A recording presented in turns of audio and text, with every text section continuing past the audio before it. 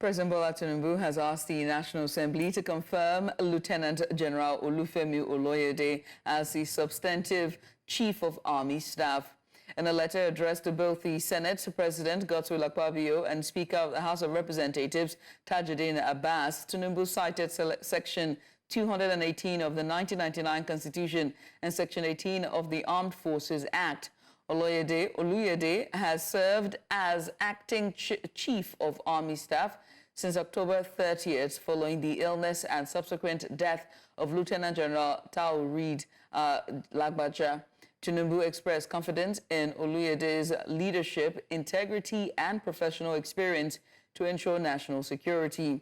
A seasoned officer, Oluyede has held key command roles and participated in major operations, including ECOWAS missions and domestic security efforts. His service has earned him numerous honors, including the Chief of Army Staff Commendation Award and the Grand Service Star. Let's now tell you that President Bola Tinubu has pledged to attract investments into Nigeria's livestock sector to end farmer-herder clashes, tackle hunger, and boost the economy. Speaking in Rio de Janeiro, Brazil, at a partnership event with global meat giant JSB SA, one of the top 3 largest meat processing companies globally, Tinubu highlighted the $2.5 billion opportunities in Nigeria's livestock industry. He emphasized transforming challenges into economic prosperity, calling JBS a critical partner in ensuring food security. JBS founder Wesley Batista expressed readiness to collaborate, describing Nigeria as a potential hub for protein supply in Africa. Ahead of the deal, Nigerian officials explored Brazil's advanced livestock systems, selecting JBS for its expertise and scale. The initiative aims to position Nigeria as a leader in livestock and agriculture on the continent. What we are trying to do is transform a situation of tragedy, hopelessness, into economic opportunity. See through problems and see the opportunity that is involved in it. We've heard so much about you in terms of the reputation, and we believe in the partnership. Yeah, we have taken 4 steps, and for me, daring food security is extremely important. As we talk right now, there is hunger. To develop the livestock industry there, we think is a great opportunity for, we build a business in Nigeria for, the Nigerians, but also for Africa. Nigeria definitely can, be the center of, supplying protein. Away from that, Governor Siminalayi Fubara has urged the Court of Appeals sitting in Abuja to set aside the judgment that barred the Central Bank of Nigeria from releasing monthly allocations to Rivers State. The governor, through his team of lawyers, played a 3-member panel of the appellate court led by Justice Hama Barker to vacate the High Court order, which he maintained was issued in bad faith. He urged the appellate court to allow his appeal and nullify adverse orders that Justice Joyce Abdul Malik of the Federal High Court made against the state and the judgment she delivered on October 30th. Governor Fubara's plea came on a day the Justice Barker-led panel consolidated 5 other appeals that arose from the said judgment of the High Court. Earlier, we're joined by lawyer Henry Ekiti to discuss this. Take a look. Government or any agency of the federal government, including the Central Bank of Nigeria, can withhold the share of any fund into the federation account. Don't forget that the Constitution of the Federal Republic of Nigeria provided to the extent that every fund, every money that is generated for the federal government should go into the federation account. But it's collectively owned by the local government, the state government, and the federal government. It is until that money is distributed that the federal government can have exclusive control, or any agency of the federal government, exclusive control of the share of the federal government. And I think this issue had arisen even before in this country. And sometimes the 36 states attorneys general have had cause to even challenge how the federal government had gone into expenditures of monies that collectively belong to all the tiers of the federating units of this federation that we claim to have. So I think it will be a constitutional issue and a legal issue that we may try again. But I've had this, I know that this has actually been a serious challenge in truly examining whether we have a federal system. Meanwhile, the federal government on Friday revealed that, contrary to report, it has not stopped the disbursement of funds to Rivers State. The Director of Press and Public Relations at the OAGF, Bawa Mokwa, stated that the government would comply with the court order. Recall that the Federal High Court sitting in Abuja on October 30th barred the federal government from releasing further monthly allocations to Rivers State. The court in the judgment that was delivered by Justice Joyce Abdul-Malik specifically restrained the Central Bank of Nigeria, CBN, from allowing the state to draw funds from the consolidated revenue account. Interesting times. And now to discuss this more, we're joined by a legal practitioner, Eugene Oday. Eugene, many thanks for joining us. We appreciate you for doing this with us. I mean, let's start with, some legalities here. What specific legal grounds is Governor Fubara relying on in his appeal to set aside the High Court's judgment? And just how might this, grounds impact the appellate court's decision?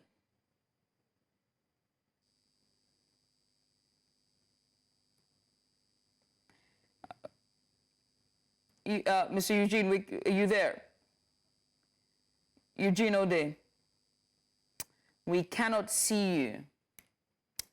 We'll move on to our next story here. As the Supreme Court has struck out a suit by the 36 state governments seeking to, among others, compel the federal government to account for its earnings from the sale of liquefied natural gas liquids, and related products since 1999. The unanimous judgment, a 7-member panel of the court presided over by Justice Uwani Abba Aji, held that the court lacked the original jurisdiction to hear and determine the suit, which has the Attorney General of the Federation as the sole defendant. In the lead judgment, Justice Mohammed Lawal Garba upheld the preliminary objection raised against the suit by the AGF and held that the subject of the case had been dealt with by the Supreme Court in its earlier decision in the case of the Attorney General of Bauchi State against the AGF.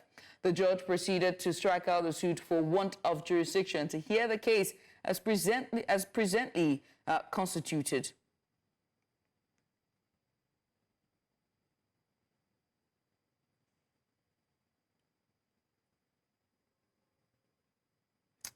I understand that Eugene Oday joins us now, the legal practitioner, to speak more on just the disbursement for Rivers State. Eugene, I was asking earlier about, specific legal grounds that Governor Fubara may be relying on in his appeal to set aside the High Court's judgment. Would this grounds impact the appellate court's decision? Well, since I'm not a member of that legal team, and I don't also know the full details of the facts that were presented before the Federal High Court and the legal arguments that were canvassed, I can only speak generally as a lawyer who lives in Rivers State and who is abreast with the facts and the issues we are faced with in Rivers State with regards to the subjects in discussion. Now, you would recall that sometime last year, 2 factions emerged from the Rivers State House of Assembly.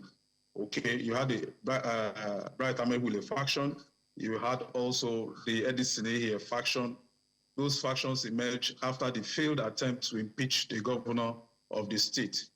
Now, who was supposed to preside over the House was an issue which led one of the factions to court to determine that, look, we are the rightful people recognized by law. While all that was still going on, yet to be resolved, 27 of them defected from their political party that sponsored them into the House of Assembly.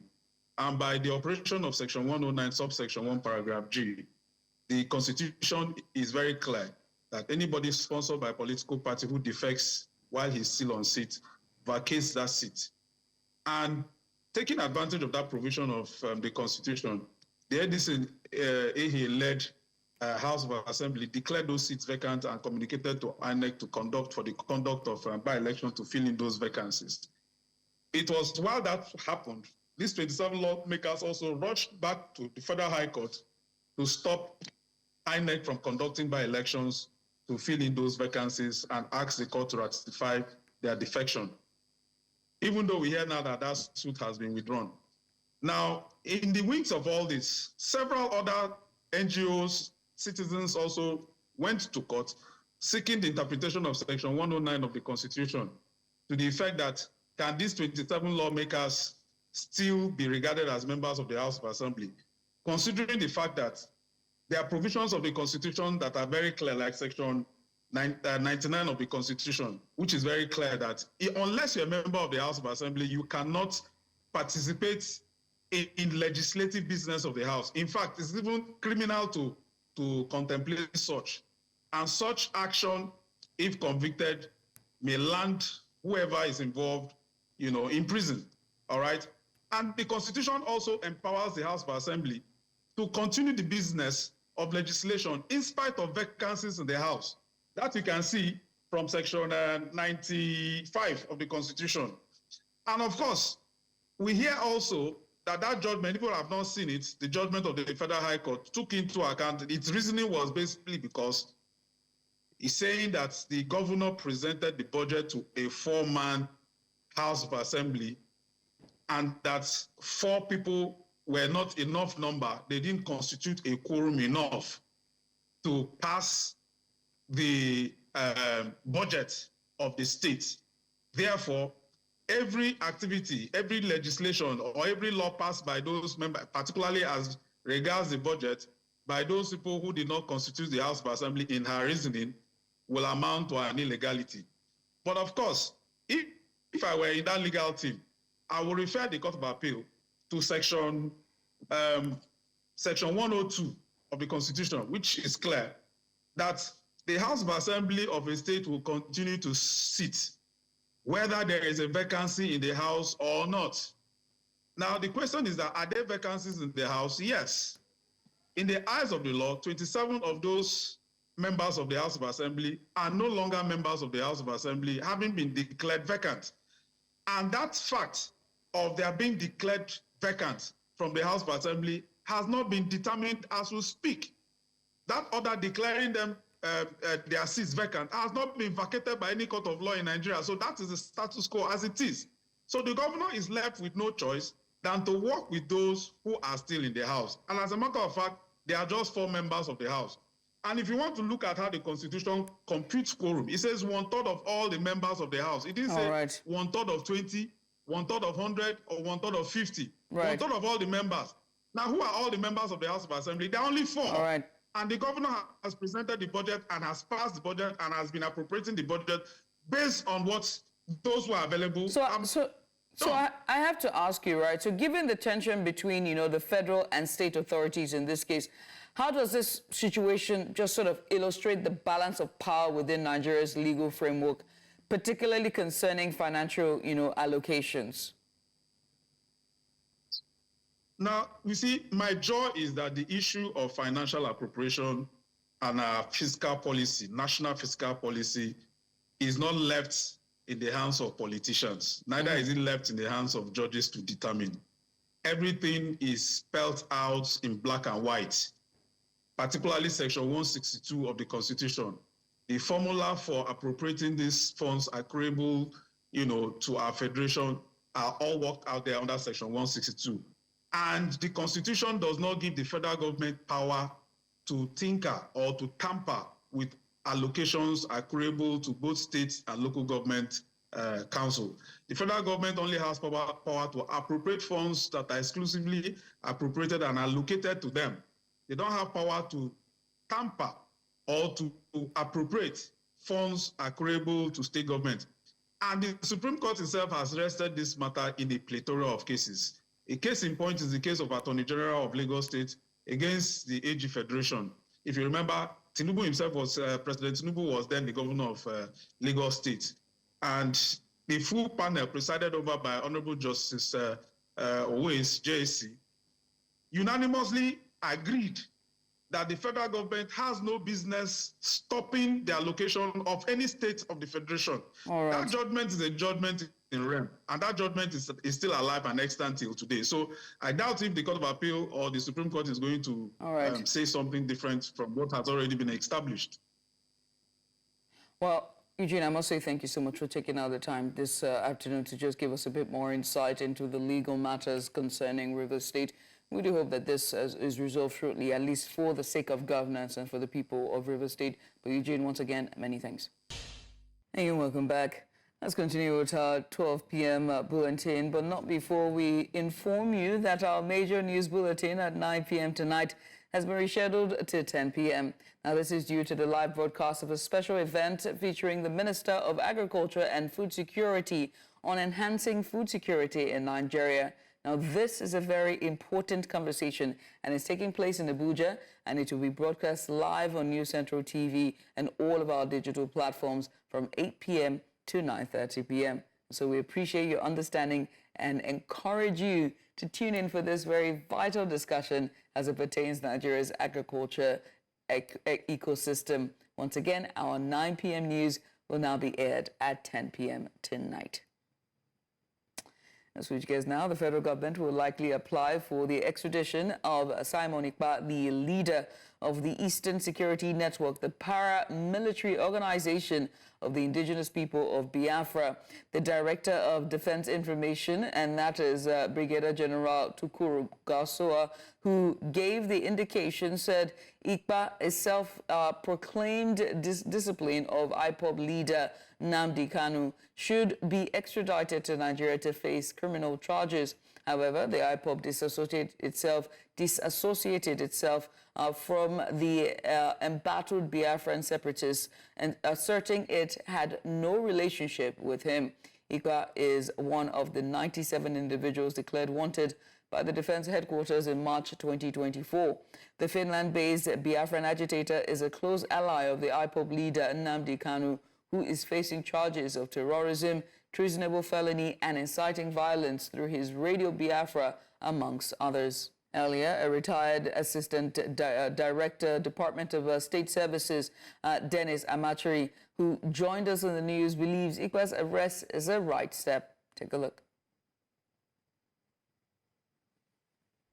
Seek for publicity. That is their major objective. And you will see that most of the things he's doing is in social media, trying to get support or even finances, for the plan agitating for Biafra, But now that he's been arrested, the Nigerian government, I think, has already applied, or if they've not, but it's a complicated process.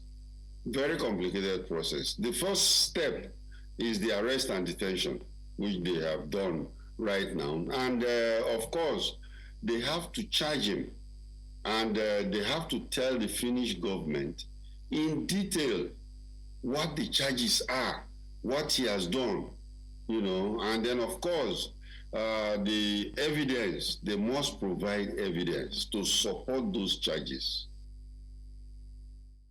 Meanwhile, reactions have trailed the arrest of Simon Ekpa by the Finnish government. In Umuahia, it has mixed feelings among residents who spoke to Chinwe Ugeli. Here's a report.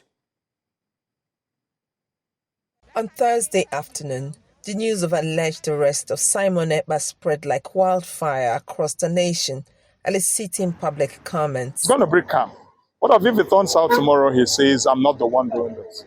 Or you see people who have been acting on the presumed instruction will.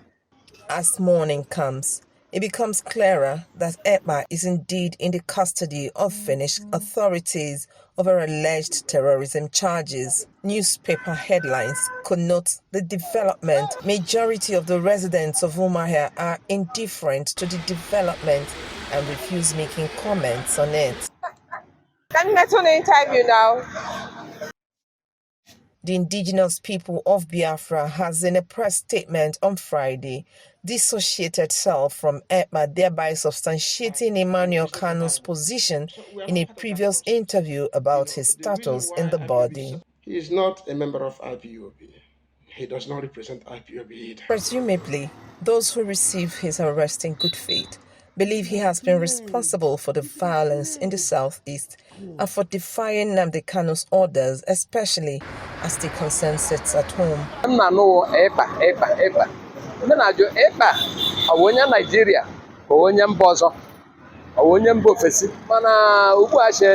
arrest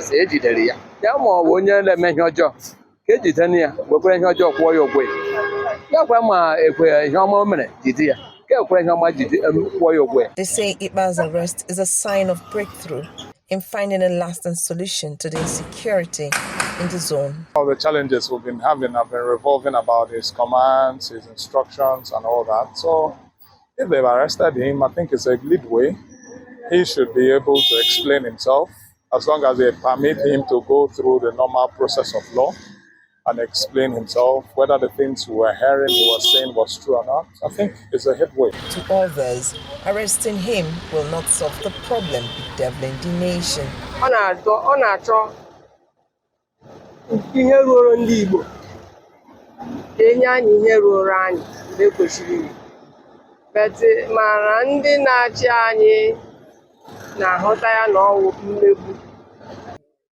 The problem of Nigeria is the political leaders who talk. To discourage the rise of any more separatists in the zone, the federal government ought to adopt workable and relatable approach that will calm the nerves of the citizens and instill confidence in them. In Umuahia for News Central, I am Chinwe Ugile.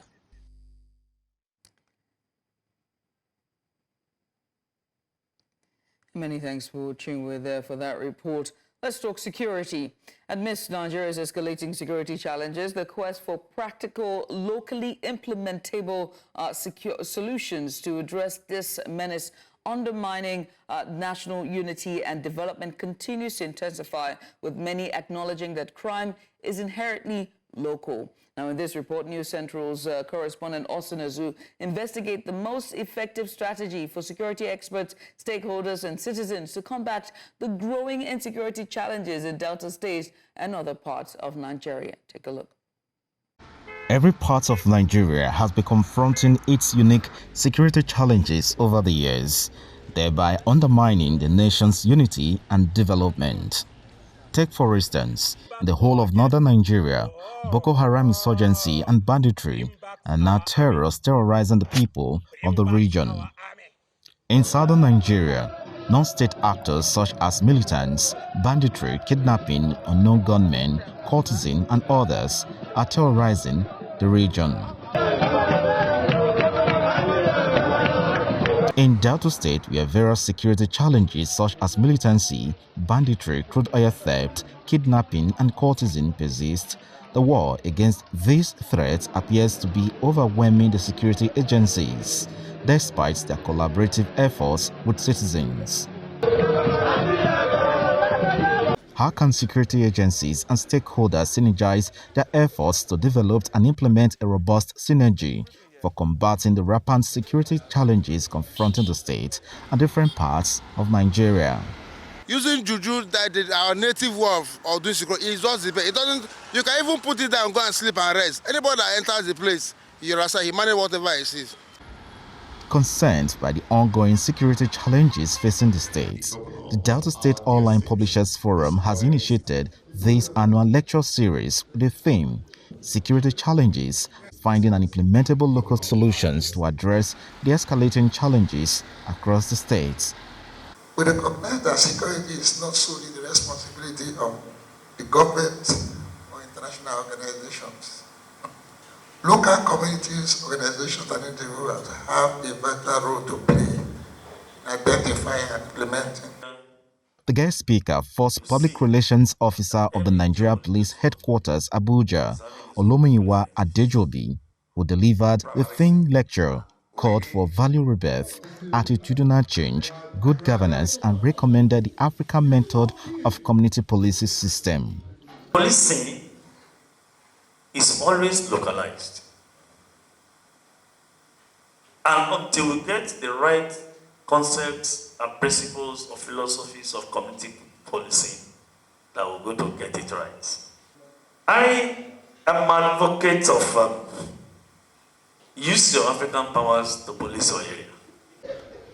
In the same vein, Governor Fubaras, represented by the State Commissioner for Information, Ifeanyi Swaza, reveals what the current government is doing to enhance peace and security across the states. We have built and initiated mechanisms to dictate early warning signs, signals, conflict prevention, conflict resolution, conflict control. We have equally engaged with critical stakeholders, including traditional rulers, community leaders, youths and women, amongst others. However, a panel of discussants also provided further implementable local solutions to address these escalating challenges confronting the state. Security should concern all of us. When you see something happening to your neighbor, don't keep quiet. Tomorrow it will be yourself. The grassroots is where the problem is, and they should be tackled. And that's where the multiple people that are suffering and poverty comes from. We should be able to tackle that poverty. As our poverty is tackled and employment is there, people will want to live in the community, development and crime will come down. Additionally, some participants, however, explain how they intend to apply the knowledge they acquired in their professions. In other words, to help the government, to help the society, to help our country in our own little way from the media point of view. Not that we can, so that people will know that we are not just to or are there to report, but also to provide solution to the issues in the country. Everybody must show example to ensure that we have security and stability at the local level and the country in general. These recommendations are expected to be considered and implemented by both governments and concerned citizens. In Asaba for News Central, I'm Austin Azu. The committee set up by the Edo government to recover government assets says over 200 vehicles belonging to the state are missing. The chairman of the committee, Kelly Okubua, shared the information with journalists in Benin City, the Edo state capital, on Friday. He said 3 of these vehicles have been recovered less than a day after the group was inaugurated. Okubua assured the Edo people that the committee was determined to recover the missing government vehicles. According to him, bags of rice and gari meant to be palliatives from the federal government for the people of the state were discovered in one of the 3 vehicles recovered.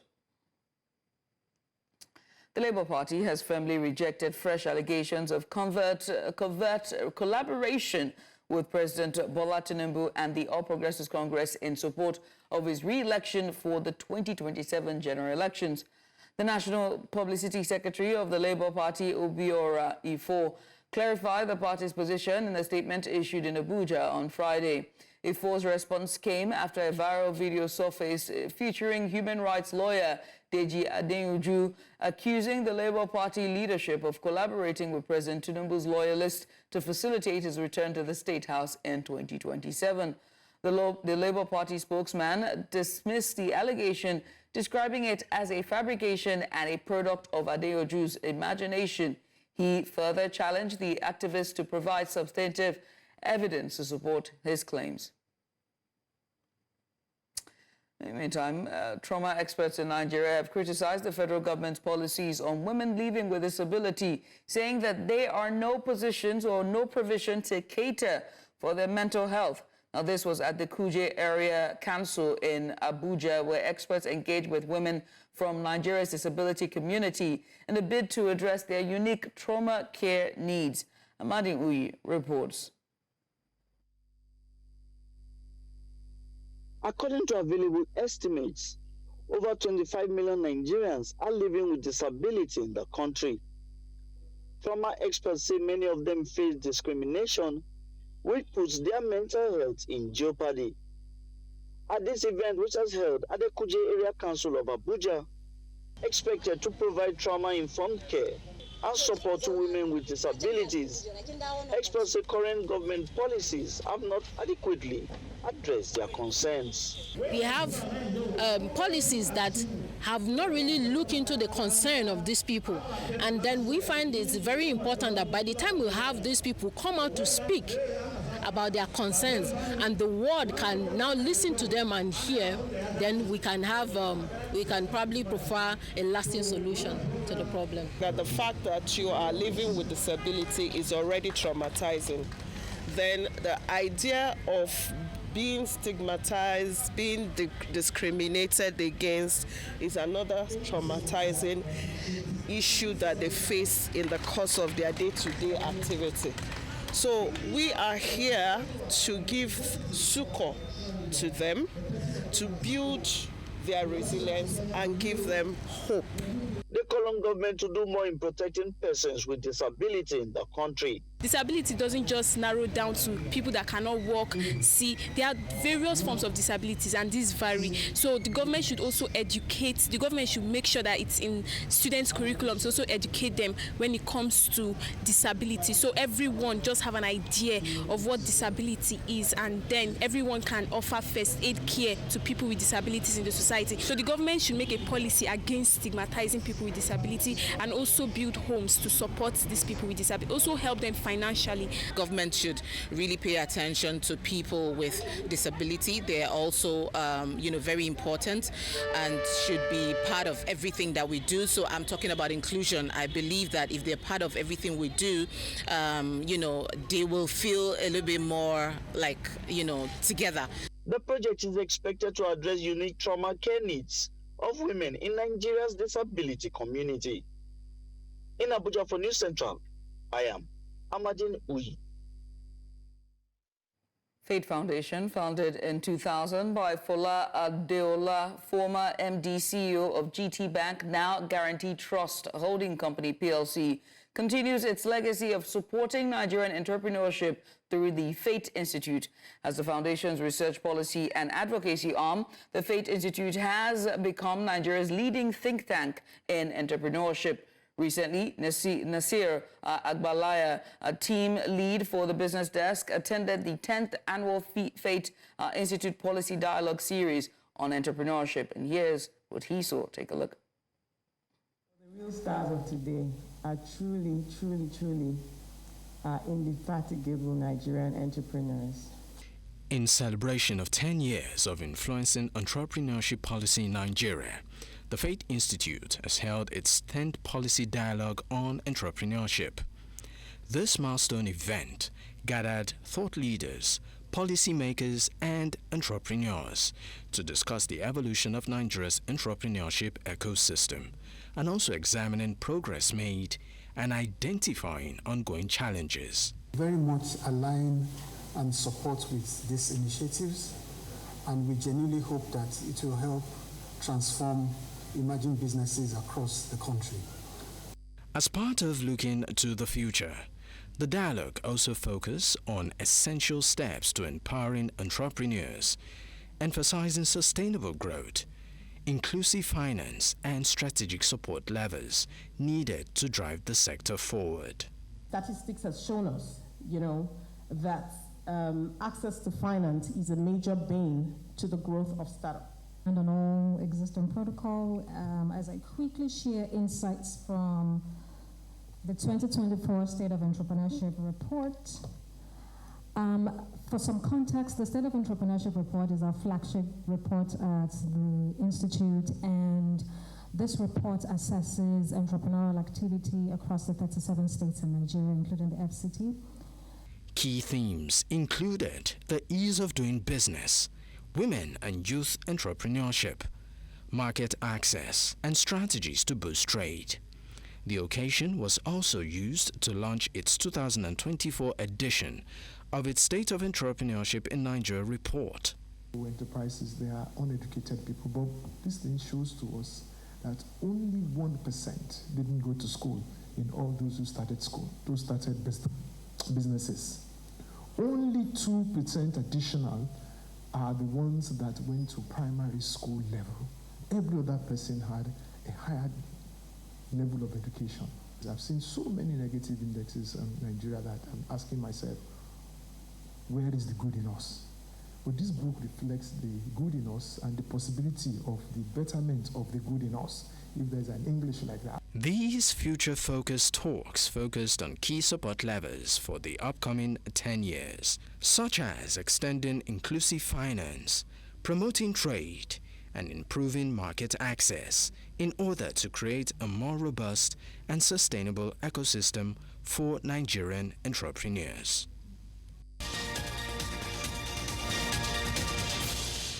And welcome back. The news continues in East Africa, where Tanzania's main opposition leader, Freeman Mbowe, has been released on bail. Now, this was disclosed by his party on Saturday after he was detained just days before local polls. The elections are viewed as a barometer for President Samia Suluhu Hassan, who took over in 2021 with promises of reforms and improved civic freedoms, only to disappoint international observers who point to a return to his predecessor's repressive policies. The party said that he and other party figures had been forcibly detained by officers after leaving a rally that police broke up using tear gas in the country's south. However, early on Saturday, Chidaba confirmed Mbowe and other detained figures from the party had been released on bail. And off to South Sudan, where People's Defense Forces spokesperson Liu Rio Koig has addressed the press following a shootout at the home of powerful former spy chief Akoy Kor, who was sacked almost 2 months ago amid rumors of a coup plot. The People's Defense Forces spokesman said the incident was a misunderstanding, and as a result, they were able to successfully resolve it without bloodshed. Earlier, South Sudan's President Salva Kiir held an urgent meeting of top security brass on Friday after the shootout. Gunfire erupted on Thursday evening in the capital, Juba, sparking concerns about the stability of the world's youngest country that is already plagued by power struggles, ethnic infighting, and a deep economic malliance. There was misunderstanding between the force that was inside for his close protection and the one that was deployed outside of the fence. There was misunderstanding. And as a result, the two forces exchanged fires.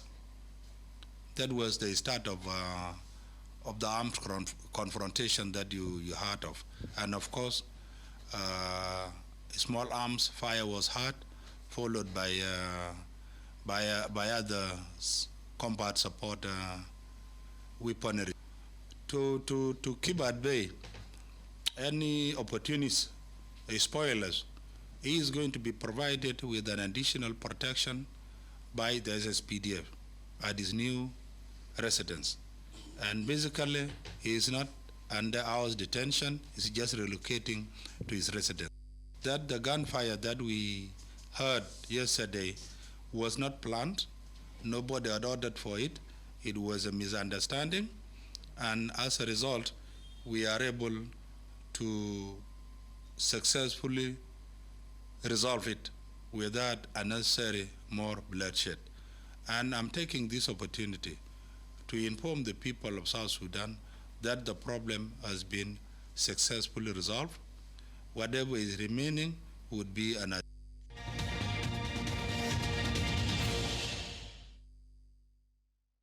Nigeria's representative at the CAF Women's Champions League, Edo Queens, narrowly missed out on a third-place finish after falling 4-3 on penalties to Egypt's FC Masar in a tightly contested classification match. Now, despite dominating proceeds, the Nigerian champions were unable to convert their chances during regular time, leading to a goalless draw that was ultimately decided by a shootout. Reflecting on the performance, Coach Moses Aduku expressed pride in his team despite the heartbreaking defeat. As a result, Edo Queens take home $300,000 in prize money, while FC Masar earned $350,000 for securing third place. You know, speak well of the results, but that's football for you. It has gone penalty shootout training, but the best player in the world can miss penalty. So sometimes you get it right in penalties, sometimes you missed it. But generally, the competition itself, the standard is good. Every team that came here is a champion. So today is not my day. So we go back to do the necessary. Believe me, I'm calculating the $300,000 to Naira, and that is a lot. Congratulations to the Queens. Nigeria Super Falcons have been placed in Group B of the 13th Women's Africa Cup of Nations AFCON finals, where they will face two North African teams, Tunisia and Algeria, alongside Botswana.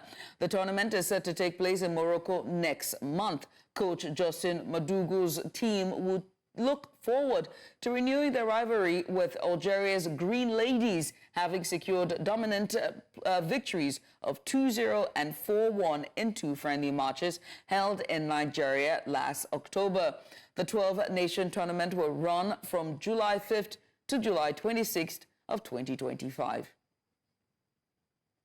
And on to Kenya, where Kenya long-distance sensation, and that is Immaculate Ano, has been handed a 6-year doping ban by the Athletics Integrity Unit, AIU, over multiple anti-doping violations. The AIU announced Anyongo's doping ban on Friday, having provisionally suspended her in October for the presence and use of a prohibited substance. However, as per AIU's latest statement, the athlete was found to have cheated on 4 occasions between February and June of 2024.